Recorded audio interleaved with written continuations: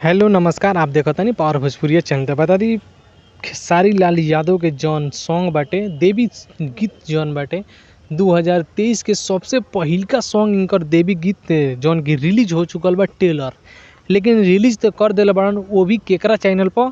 तो बता दी आप सभी के कि अखिलेश कश्यपवा के चैनल पर। तो बता दी कि अखिलेश कश्यपवा एकर सिंगिंग यानी कि राइटिंग कैले बाड़न, जौन गाना के लिखले बाड़न।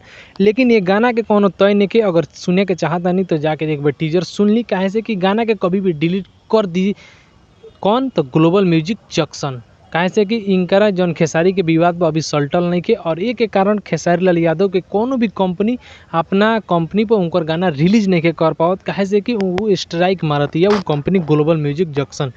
तो बता दी ये गाना का अभी सुने के चाहता नहीं तो वीडियो के डिस्क्रिप्शन में लिंक बा, जल्दी जल्दी आके गाना के टीजर सुन ली। काहे से कि कब टीजर के रिलीज डिलीट हो जाई, कब इनकरा पे स्ट्राइक मार कर इनको के ख़त्म कर दिया सन। जेती इनकर चैनल बाटे अन्नपूर्णा फिल्म्स, और अन्नपूर्णा फिल्म्स के ख़त्म तो करबे करिए सन, लेकिन अखिलेश कश्यपो को ख़त्म कर दिया सन यही लहार में।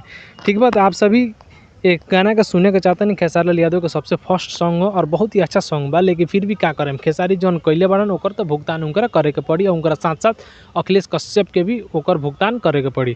तो आप सभी गाना के सुनी, और कल रिलीज होता सुबह में एक गाना। अगर डिलीट ना होई, कोनो विवाद ना होई तो गाना भी आप सभी सुन लेम लो। लेकिन फर्स्ट अभी टीजर रिलीज भइल बा तो एक टीजर के एंजॉय करी और कमेंट करके बताएं कि आप सभी टीजर कैसा लगा था।